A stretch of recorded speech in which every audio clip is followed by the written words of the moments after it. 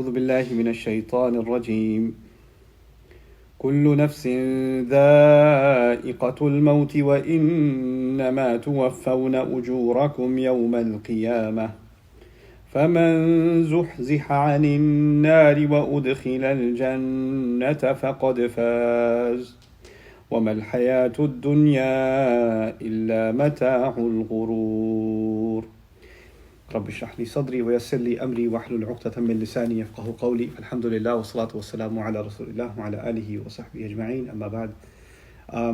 Assalamu alaikum to the audience online. I just wanted to let some of you know that I've decided to continue doing lectures on Surah Ali Imran every night here on our campus, just with my family and the staff that's recording. So we are observing social distancing as best of to our ability. But I figured that I remain productive during this time and inshallah complete the series on Ali Imran. And today we're covering ayah number 185. And I think that's one of those ayat that I think everybody can benefit from, inshallah ta'ala, because it's not just part of the study of Ali Imran, it's one of those universal lessons that I think I, yourself, every human being needs a reminder of. So I decided to go out Facebook Live with it. Anyway, so let me begin by translating this ayah briefly and then we'll dive into it a little bit. كُلُّ نَفْسٍ ذَائِقَةُ الْمَوْتِ. This first phrase is commonly translated a certain way, and I'm going to stick to that translation and then come back and restructure it.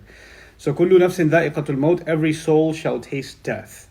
وَإِنَّمَا تُوَفَّوْنَ أُجُورَكُمْ يَوْمَ الْقِيَامَةِ, and you are only going to be compensated, or you are going to be given in full your earned wages. Ujur is earned wages on the day of resurrection. فَمَنْ زُحْزِحَ عَنِ النَّارِ وَأُدْخِلَ الْجَنَّةَ فَقَدْ فَازَ, and whoever has been pushed away, far away from the fire, and has been entered into the garden, then that such a person then has truly succeeded. وَمَا الْحَيَاةُ الدُّنْيَا إِلَّا مَتَاعُ الْغُرُورِ, and worldly life is nothing but means by which deception takes place. So that's the ayah. There's a few sentences in it. The first of them is every soul shall taste death. The second of them is that you are going to be compensated with everything, with your earned wages on the day of resurrection.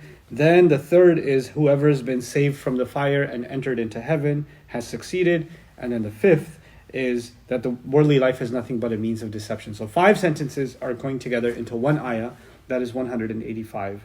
The first thing that I'd like to highlight here is just some commentary from Mufassirun on the first phrase, كُلُّ نَفْسٍ ذَائِقَةُ الْمَوْتِ. Before I dig into some other insights from a language point of view. The first of them is that this is in the context of the problems that the Prophet ﷺ was facing with the Jewish community in Medina, and of course the larger context is Uhud. The conversation of that has just come to an end, and at the end of it all, Allah comes back to a central concept that He already talked about in the middle of that passage, which is the concept of death. And He already said, وَمَا كَانَ لِنَفْسٍ أَن تَمُوتَ إِلَّا بِإِذْنِ اللَّهِ. No person can ever die except by Allah's permission. It's not possible for any person to die except when Allah wills them to. Kitaba mu'ajjala. It's a deadline. It's a written decree that's already been pronounced, and it's a deadline decree. وَمَن يُرِدْ ثَوَابَ الدُّنْيَا نُؤْتِهِ مِنْهَا وَمَن يُرِدْ ثَوَابَ الْآخِرَةِ نُؤْتِهِ مِنْهَا. He actually talked quite a bit about death in this passage, but he's summarizing. But not only is the summary important here, there's another very important point here. All of these struggles are temporary, and whether you have major problems today or tomorrow or next year, or we're in the middle of Uhud now in the context of this surah, and a much bigger battle is on the horizon, which is Ahzab. So much bigger problems are on the horizon, but all of these problems are going to feel like nothing when death comes. In face of death, all of these trials and difficulties actually mean nothing. They're insignificant. So what is significant then? And that's really the bigger picture concept that's being taught in this ayah that I wanted to first take some time and explore. You see, human beings, we can't help it. We live day to day or week to week. And right now is a good example of that. We're thinking about grocery supplies or how the finances are going to work, or how some people are worried about how they're going to pay rent for the next month and things like that. And businesses are rethinking about how they're going to structure themselves. And so when we're caught up in a problem, all we can do is think about the short term. And this becomes our world. Our minds are constantly circling. The thoughts that we're dealing with in the immediate sense are the only ones that are going round and round in our minds. And what Allah does in this ayah, and He says, doesn't matter what you're going through, doesn't matter how serious it is, know one thing. There's one thing coming that will put a stop to all of this, and that's death. كُلُّ نَفْسٍ ذَائِقَةُ الْمَوْتِ. So the larger picture you can't lose sight of, because at the end of the day, whether we succeed in making more money or not, or we succeed in whatever short-term goals we set for ourselves or not, if we don't succeed at the time of death, then we failed. That's the only thing that will actually matter in the end. So all of these things matter only if they're in line with success in that, in that eventual time. So this idea of long-term thinking and actually keeping death in mind is not a gloomy way of living. It's not like, because you've learned already, many times, not just from me, but from many teachers and khutbahs and your own reading in Islam, that we remember death a lot. And part of our iman is to remember death, right? But that sounds to anybody else like a pretty gloomy way of living. You guys always remember death? You're always thinking about dying? It's a pretty dark way, grim way of, living life. That's actually not the point. The point is that we're not afraid of that eventuality. Also, it's pretty interesting. I'll take you to Razi's point here, which is amazing. Allah didn't just say every person shall die. Kullu nafsin mayyit. Kullu nafsin tamut. He didn't say that. He said kullu nafsin dha'iqatul maut. Shall taste death, right? Tasting death. So he asked the question, and when someone's dead, they can't taste anything. Right? To taste is actually literally a quality of someone alive. And so he didn't say every human being shall die. He says every person shall die, meaning the life they're living in this life is going to go, and they're going to taste it leaving because they will still be alive. So life will go on, it'll take a different form, but you will taste the end of this life into the next one. That's actually what he suggested. SubhanAllah. What an amazing way of looking at it. All of this he came to from just the point of view of the word taste. Because it's different from everybody will die, which is mentioned elsewhere. But yes, we will actually taste it. And then other places in the Quran start making more sense. But when it reaches into the throat, كَلَّا إِذَا بَلَغَتِ الْحُلْقُومُ وَأَنْتُمْ حِينَئِذٍ تَنْظُرُونَ. When it reaches the jugular vein, here, it reaches the hulqum. And you're going to be staring at it. You're tasting it like you taste it in your throat. Something painful in your throat. And then in Surah Al-Qiyamah, وَالْتَفَّتِ السَّاقُ بِالسَّاقِ إِلَىٰ رَبِّكَ يَوْمَئِذٍ الْمَسَاقِ. When the time for the parting comes, a person experiences the pain of this life coming to an end, and their heels, it's the image of somebody lying in bed, and their heels are rubbing against each other out of pain, like someone just arching in pain in a hospital bed or something like that, or in their deathbed even at home, and they're arching their feet together. وَالْتَفَّتِ السَّاقُ بِالسَّاقِ. And that's actually also a figure of speech in Arabic. When a camel is going in the desert without fuel, without drink for a long time, and it runs out of complete energy, then its legs collapse into each other, right? At that moment, it feels the pain of it, it feels the losing of his sensations, and the legs just fall. It's called iltafat as-saqu bis-saq. So here, the first thing he's saying is, look, that taste is coming. That painful moment is coming, where you're going to transition out of this life into another kind of life. That'll be the life we have inside of our graves. That's another kind of, it's not death for us, it's another kind of life. There's a reason we're washed before we're buried. There's a reason we're clothed a certain way before we're buried. There's a reason we're prayed upon before we're buried. It's almost the same ritual as when you're born. It's actually almost the same ritual. So you've got the adhan when you're born, and then you've got that at the end. And you've got the prayer at the end. So it's like the adhan was given for this prayer. That's actually what that is. And you're washed, the child is washed, a child is clothed, and then handed into the care of its mother. And then you have this person dying, and they're handed into the care of its new mother, the earth. It's also a kind of bedding. It's also a mihad. That's what Allah calls Alam naj'alil arda mihada. Didn't we make the earth into a cradle? The word mihad is used literally for the cradle of a mother. It's the same language used for the earth. So we are going into a different kind of life. It's again a kind of life, which is also something reminded to us in this surah, because Allah says those who were killed in Allah's path are overjoyed. They're congratulating each other. They're living. Bal ahya, they're alive. They're alive. So these are the two concepts that I wanted to first bring to your attention. But there's another thing going on here that's really profound that I wanted to highlight, and that's from a language point of view. And Imam Razi actually does point towards it. I was thinking that somebody may have commented on it, and I just looked at Imam Razi, and he did actually talk about it. And that's going to take me a little bit to explain, but I'll try as best as I can. كُلُّ نَفْسٍ ذَائِقَةُ الْمَوْتِ. Every person, they translate shall taste death, right? But actually, the word ذَائِقَةُ الْمَوْتِ is literally translated taster of death. The literal language is actually taster of death. Now, I'll speak in grammatical terms for a moment. For those of you that study the Arabic language, will appreciate it. For those of you who don't, you just look up at the ceiling and do dhikr or something, and it'll pass soon. And that is when you have an idafa of an ism fa'il. An ism fa'il is dha'iqa, which is a subjective, noun. This is a noun an active participle, it's called in English grammar. The doer of something. Taster, I called it taster. So in English, an active participle would be teacher, taster, driver, helper. Those are all active participles. Words for people who do something. Yeah? Words for the ers, right? So in this case, it would be helper. Dha'iqa would be taster. When you put an of after it, when you make it an idafa, and the next word is majroor, which is al-mawti, dha'iqatul mawti, then this is yufidu ma'na al-madi. This actually suggests something that's already happened. Let me put that in simple English now. If I say, I am the driver of a black car. I am the driver of a black car.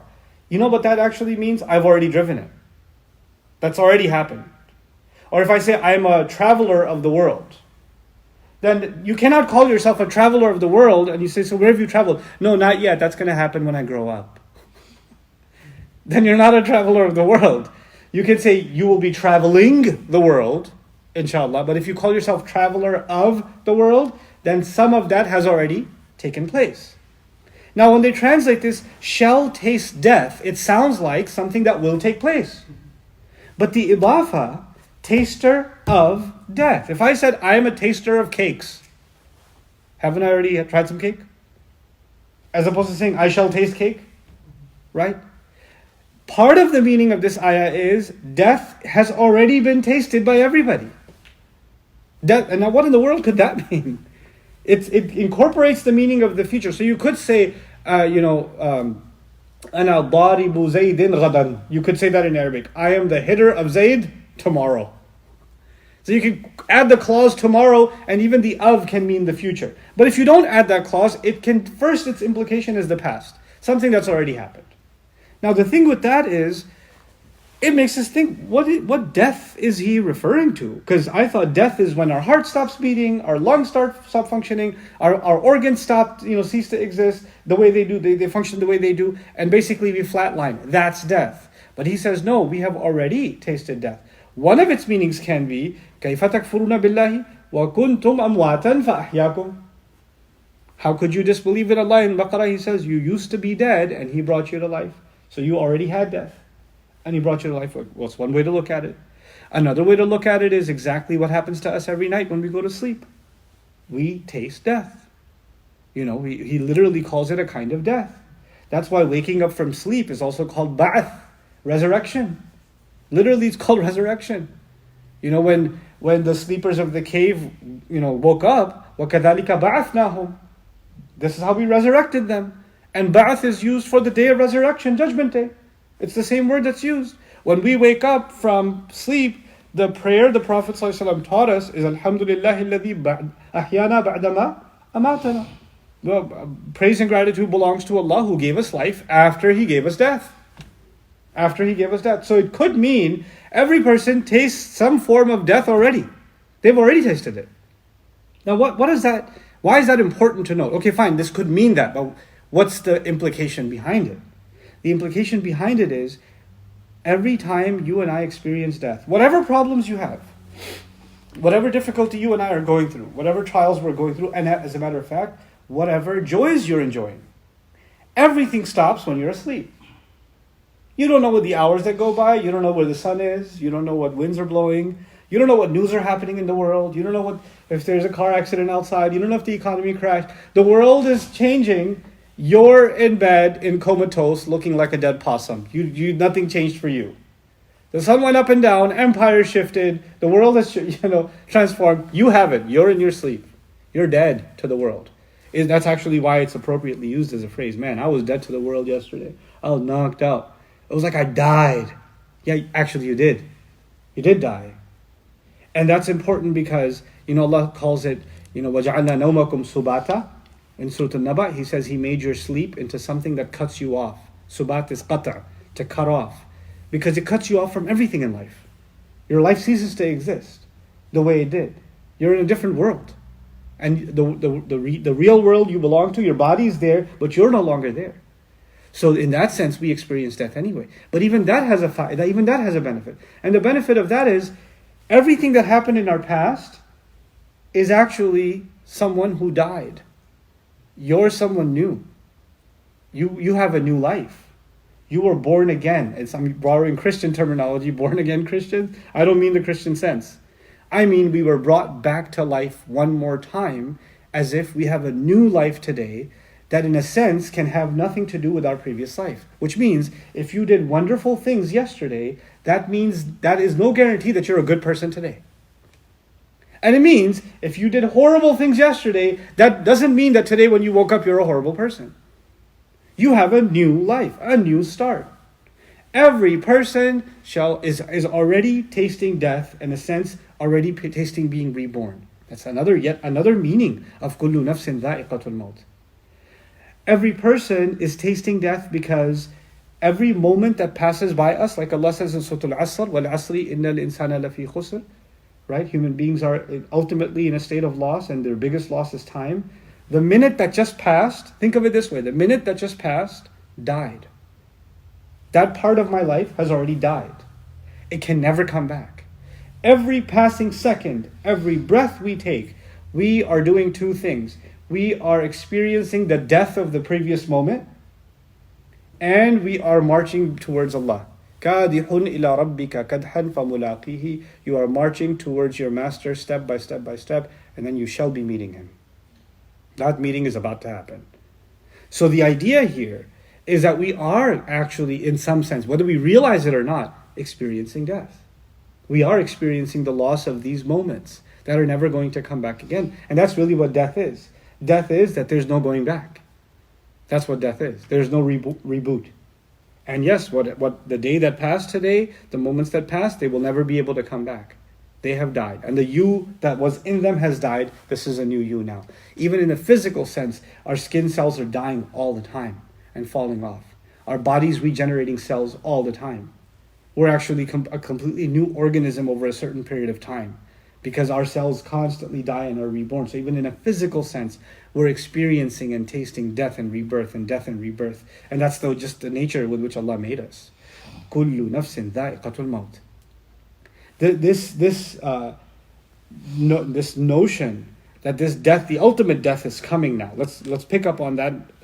And actually, the final and the most obvious implication I didn't share with you. We have already tasted it. We are in the midst of tasting it, and of course, we will be tasting it. And the Idafa suggests it's as if it's a done deal. Like there's no way around this one. You can avoid, the previous ayat. They can avoid what the messenger's teachings are. They can dodge the truth by making up excuses from the Torah that don't even exist. They could do that. They could dodge. One thing you can't dodge is this taste test that's coming. You can't get around it. وَمَا هُوَ بِمُزَحْزِحِهِ مِنَ الْعَذَابِ أَنْ يُعَمَّرْ. In other Surah Al-Baqarah, he says they wish that they could live 1,000 years, and even then they won't be able to push it away. Even if they lived 1,000 years, it'll still come and hit you.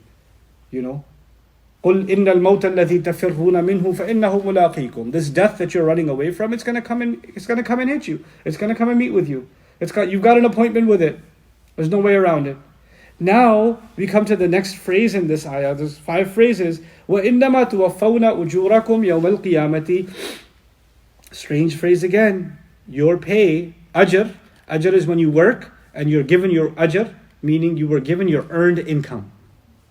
Okay, your earned income. So you were told, hey, I want you to plant these seeds. When you're done, I'll pay you this much. Okay, I finished planting these seeds. Now give me my ajr. Basically your paycheck for your work. Okay? So you will only be given your actual pay on the day of resurrection in full. Tuwaffawna means to be paid in full. This is an important word. Now Allah didn't say إِنَّمَا يُؤْتَوْنَ أُجُورَكُمْ أو إِنَّمَا أُجُورُكُمْ لَكُمْ يَوْمَ الْقِيَامَةِ. He said إِنَّمَا تُوَفَّوْنَ أُجُورَكُمْ. You shall be given your payments in full on the day of resurrection. That led some mufassirun to say that actually what Allah is saying here, it makes a lot of sense, is that al-ajr at-tam al-khalis al-baqi yawm al-qiyamah. The compensation that is complete and perfect and lasts forever is on Judgment Day. But there is some compensation even now. So when somebody works hard, they get reward for it. They get joy from it. They get money from it. We talked in the last khutbah about halal. When somebody consumes halal, they still enjoy something in this life, don't they? They do. But there's a reward for doing the halal that is more perfect, more complete, and actually permanent, that they haven't tasted yet. Our actions are temporary, but their rewards are actually permanent. We can only, in this life, we can only, taste the temporary kind of previews of the consequences of our actions. We can't taste the whole thing. Our good and our bad. And I'll give you the easiest examples of bad. If one person is responsible for the murder of 100 people, if they did that in this life, one person killed 100 people, how many times can you kill them? If you want to make them taste the consequence of their actions, you can only kill them once. You could say, I want to torture them slowly, or give them 100 stabs before they die, or that doesn't mean anything. At the end of the day, they took 100 lives. And you only took how many? One life. That's not ajr. That's not ajr at all. The other problem is, if they killed 100 people, those 100 people, each one of them has a family. Each one of them have people depending on them. Each one of them, it's not just the loss of one person, it's losses that are ripple effect, right? How do you pay for that? Even if you give this person the death penalty in this life, does it pay for those injustices? No. There's no paying for those injustices, even if they get the death penalty, even if they lose their life. In fact, forget one person killing 100 people. If one person killed one person, and then this person gets the death penalty, even if they got the death penalty, is it not true that their life and them losing their life still didn't cover the damage they did by taking a life? You can't have complete ajr in this life. It can't be tam, it can't be perfect. Justice in this life cannot be perfect. It's not as simple as if somebody slapped you in Islam, you have the right to slap them back. وَلَمَنْ انْتَصَرَ بَعْدَ ظُلْمِهِ فَأُولَٰئِكَ مَا كَانَ عَلَيْهِمْ مِنْ سَبِيلٍ. If whoever seeks to help themselves after they were wrong, there's no case made against them. If somebody pushed you, you can push them back. You could choose to turn the other cheek, or you could take their cheek. That's Islam, But the problem is, maybe they slapped you and they're like scrawny and little and their slap felt like a mosquito bite, and then you've been working out and you slapped them and they went through three walls. So it's a slap for a slap, but one of them sent them to the hospital. It's not equivalent, is it? Sometimes, even if you say eye for an eye, an eye may not be equivalent. They may not be the same. So Allah is saying in this ayah, the concept of compensation, He's making it clear, death, you will have to taste death, because unless you taste death, you cannot fully be rewarded for the good you did. And you cannot fully see the consequences of the bad that you've done. Because you can only see a teaser of those things in this life. And it's true, good deeds do have an effect on our worldly life. Bad deeds do have an effect on our worldly life. They do.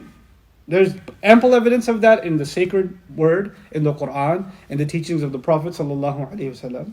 Like, for example, people who slander, Allah says about them, لُعِنُوا فِي الدُّنْيَا وَالْآخِرَةِ. They are cursed in this life and the next life. He says that, which means there's a punishment also here. There's punishment here also. That happens. He says, وَمَا جَزَاءُ مَنْ يَفْعَلُ ذَلِكَ مِنْكُمْ إِلَّا خِزْيٌ فِي الْحَيَاةِ الدُّنْيَا وَيَوْمَ الْقِيَامَةِ يُرَدُّونَ إِلَىٰ أَشَدِّ الْعَذَابِ. He says, people who change Allah's word, what should be their punishments, except they should be humiliated in this life, and then they'll be taken to the worst punishment in the end. Meaning, there are consequences, good and bad actually, in this life and in the next life. But the formula is, the consequences you taste in this life are always partial. You didn't get the full brunt of what you deserved. In this life, that's impossible. If that was the case, the Prophet ﷺ should have had the most luxury on planet Earth ever. Because nobody did more good. If that was the case, Ibrahim a.s. should not be living the way he was living. And traveling the way he was traveling. And being alone the way he was alone. Because after all those trials, he should be rewarded in this life. Yeah? But no, the full brunt of his compensation is coming after death. So, إِنَّمَا تُوَفَّوْنَ أُجُورَكُمْ يَوْمَ الْقِيَامَةِ. Your compensation in complete is going to be given on the day of resurrection. What does that do, especially for any of us that are doing something? We call it for the sake of Allah. We use that term, for the sake of Allah. But the honest truth is, sometimes it's for the sake of views. Sometimes it's for the sake of monetary gain for our organizations. Sometimes it's for the sake of competing with other Islamic organizations. Sometimes it's a popularity contest. Sometimes it's a business. Sometimes it's these things.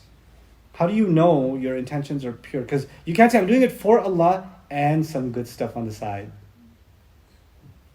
Can't do that. The only intentions you can share with Allah is, I'm doing this for the sake of Allah and for the sake of benefiting Allah's creation. The moment you mix in, I'm gonna benefit myself also.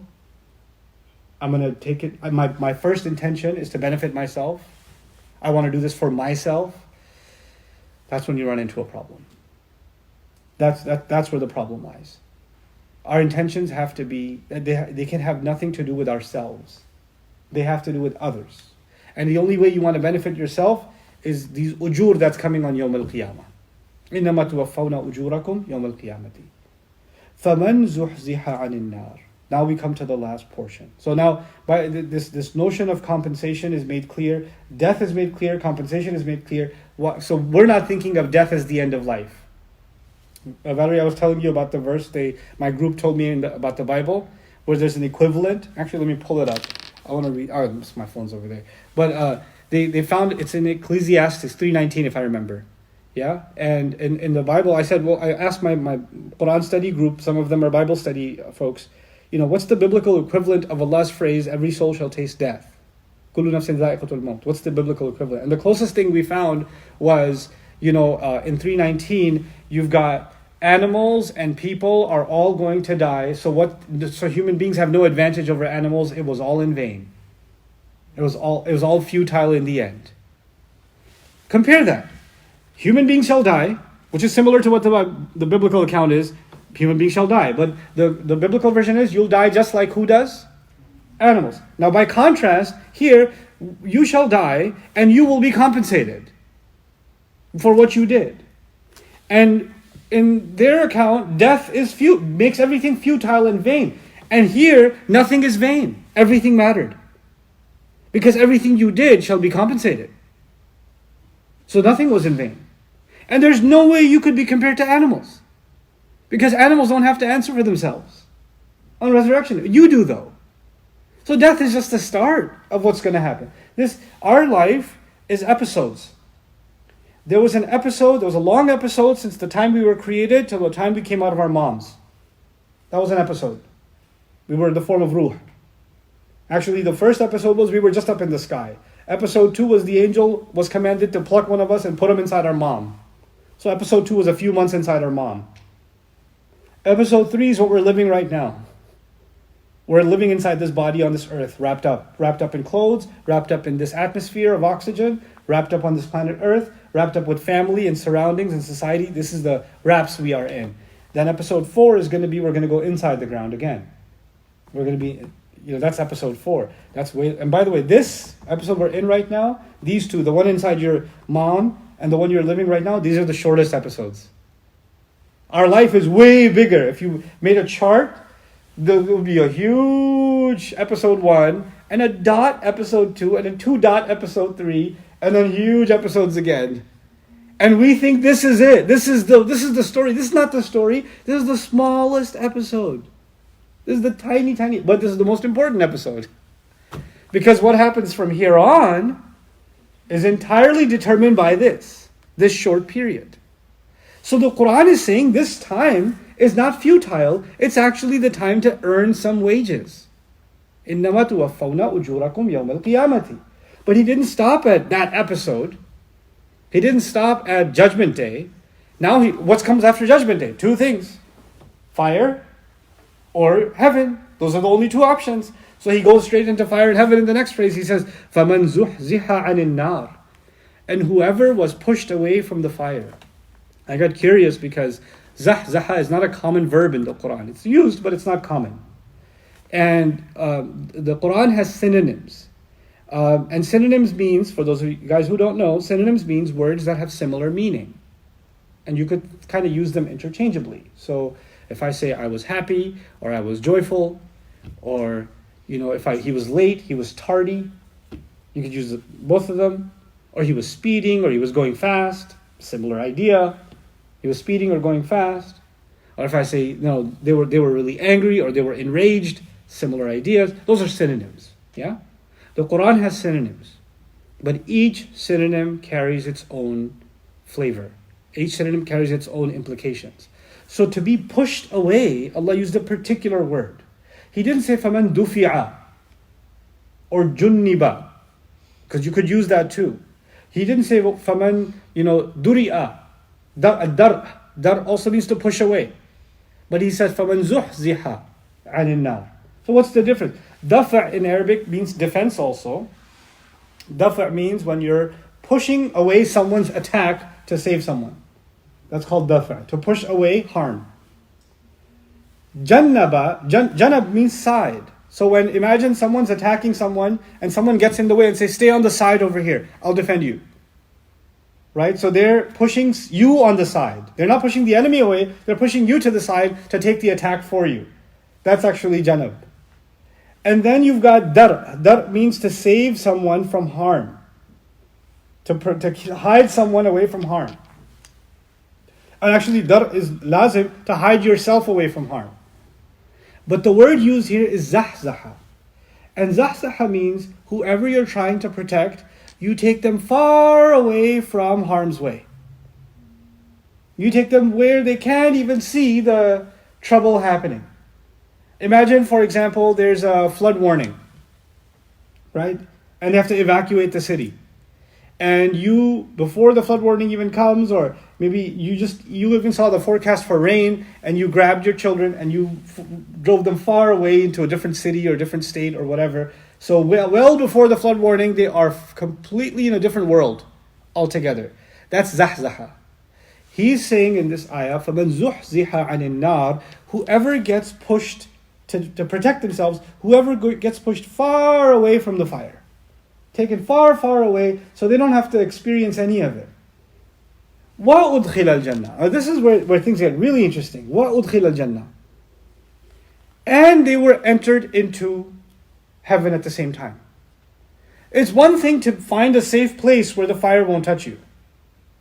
It's another to be put in the best place ever. Right?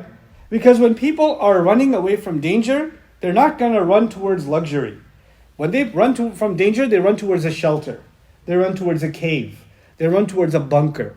They run towards anybody who will provide them safety. Which means they have to leave their comforts behind. Remember how the people of the cave are running towards a cave. Right? So when you're running from danger, you're not running towards, what's the nicest house I could go to? That doesn't make sense. When you run from danger, when you're pushed away from danger, any place that's not here. That's it. But Allah says, no. This concept that you're aware of death and your rewards are coming, it does two things. If you live by these ujur, and you're running towards these ujur, then you will be pushed far away from the danger of fire, and you will be entered into the highest place at the same time. It's as if both motivations coexist. We think of them as two different motivations. Sometimes people say, I just don't want to go to hell, that's all. If I just don't go to hell, I'll be good. Allah can just give me a 1-bedroom apartment, I'll be fine. So long as it's not burning, I'm okay. So, then some people say, no, I want the highest Jannah. I want the highest Jannah. Their motivation for heaven is higher than their fear of hell. And there are some other people who actually say, I don't want heaven, I don't want hell, I just want Allah to be happy with me. Right? And some people say, I don't even want to make Allah happy. I just want to do what's right. That's all I care about is doing what's right. I'm a moral being. Okay? Which is a kind of self-righteousness, I believe. But let me tell you, all three of those intentions are pure. Somebody who says, I just don't want to burn is a pure intention. فَقِنَا عَذَابَ النَّارِ. It's a good intention. Somebody says, Ya Allah, enter me into Jannah. Give me Jannah. وَأَدْخِلْنَا الْجَنَّةَ مَعَ الْأَبْرَارِ. It's a good intention. Allah says, though, you don't actually have to ask for one or the other. If you're just aware that your death is coming and you will have to work for your earned compensations and your mindset changes in life, then your lifestyle is working towards both of those goals at the same time. فَمَنْ زُحْزِحَ عَنِ النَّارِ وَأُدْخِلَ الْجَنَّةِ. And it's interesting that he doesn't say whoever saved themselves from the fire and entered into heaven. No, whoever was pushed away means someone pushed them away. Or something pushed them away. And something got them entered into heaven, which is two things. Allah's mercy, Allah's rahmah, Allah's forgiveness, and your ujur. The works you did. The works you did qualified you for more and more of Allah's forgiveness, more than you and I deserved. And that when we do that, both of those things come together. We get pushed far away from the fire and we get entered into heaven, all at the same time. Al-Jannah faqad faza. I love the word faza here too. Then certainly such a person they translate has succeeded. Two words in the Arabic language in the Quran that occur for success are aflaha and faza. So قَدْ أَفْلَحَ الْمُؤْمِنُونَ, for example, or أُولَٰئِكَ هُمُ الْمُفْلِحُونَ, and also أُولَٰئِكَ هُمُ الْفَائِزُونَ. And they translate in English translations, both of them, as success. But I will share with you some things about fawz. Fawz is actually, in a literary sense, very much in line with what I just shared with you. Fawz means to escape a terrible failure or a terrible disaster while coming into what you were vying for, meaning meeting the ultimate success at the same time. Both of them at the same time. Not only did you not fail the exam, you also got the scholarship. Like, it was okay, you were nervous, I don't want to fail, I don't want to fail, I don't want to fail. And that was the only thing on your mind. But in your dreams, you got a scholarship. Now you got both. Not only did you not fail, but you're a top number one student.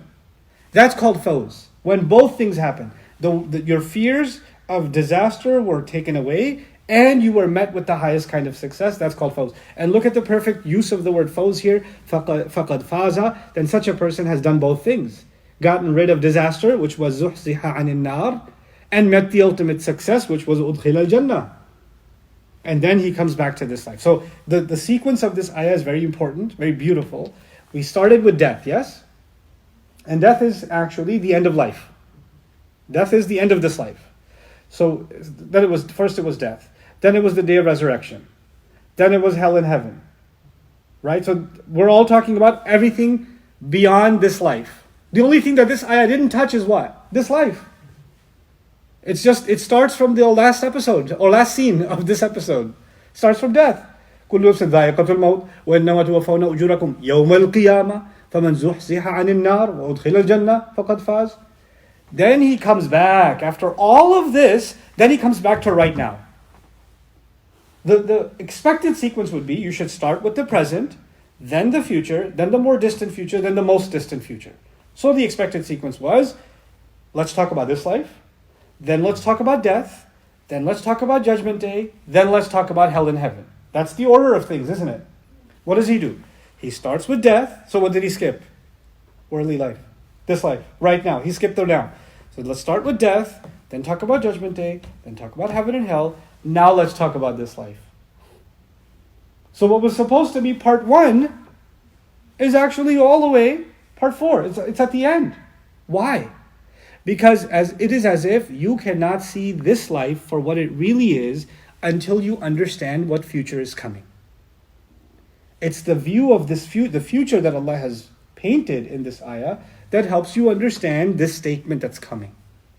What's this statement? وَمَا الْحَيَاةُ الدُّنْيَا إِلَّا مَتَاعُ الْغُرُورِ. Worldly life is nothing except means by which deception occurs. وَمَا الْحَيَاةُ. Ma is actually raft, is actually someone who thinks that it is. No, worldly life is important. It's real. It's very real. Allah says, you're deceived. You don't get it. You don't get it. You're getting deceived. Now, how can we be deceived? Allah wants us to enjoy in this life. I give an entire khutbah about the halal. That's this life. That's not the next life. So what do you mean? What do you mean you get deceived? You get deceived when you break a chain. When you think of this life without any connection to the next life. This is why the dua teaches us, رَبَّنَا آتِنَا فِي الدُّنْيَا حَسَنَةً وَفِي الْآخِرَةِ حَسَنَةً, in the same dua. We want good in this life and good in the next life. Why? Because those two things are linked to each other. What is good in this life is only good if it's good for the next life. That's the only way it's good. If it's not good for the next life, it's not good at all. So he first paints the life you can't see. Because you can't see it, you don't think about it. Out of sight, out of mind. Because you're not being told about it every day. Everyone around you, everything, or the news channels around you, the stores around you, the advertising around you, the conversations around you are all about this life, this life, this life, this life, and this life. And because of that, we get deceived that this is all there is to worry about. And we don't think about that next life as a big deal. And in fact, even if someone brings it up, hey, we shouldn't do this because Allah will ask us, can you stop being so Islamic for a second? Yeah, we all believe in Allah. I get it. As if that's not a big deal. But what is a big deal is what we're trying to do right now. This is a really big deal. In other words, you get deceived that this is more important, your impulses are more important than the final end. So he says, وَمَا الْحَيَاةُ الدُّنْيَا إِلَّا مَتَاعُ الْغُرُورِ. Worldly life is nothing but means by which deception occurs.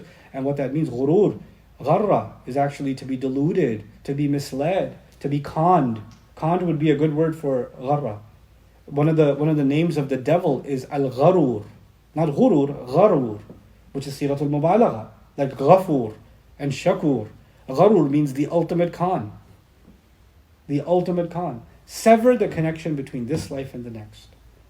Sever those connections, And in this one profound ayah, Allah helps us think about this life in a way that will save us a lot of trouble in the future. Just like when you go to the doctor and they tell you, eat right now, change your diet. You're going to pay for it in 10 years. You're going to come back to me and it's not going to be good. Your cholesterol's a little high right now. But it's okay. You're in your late 20s. You're in your 30s. It's okay. But you should watch it. And you say, yeah. And guess what happens? 45 and a heart attack. Because you didn't take the diet into consideration. Well, because you didn't think of the future. You just wanted to have the burger right now.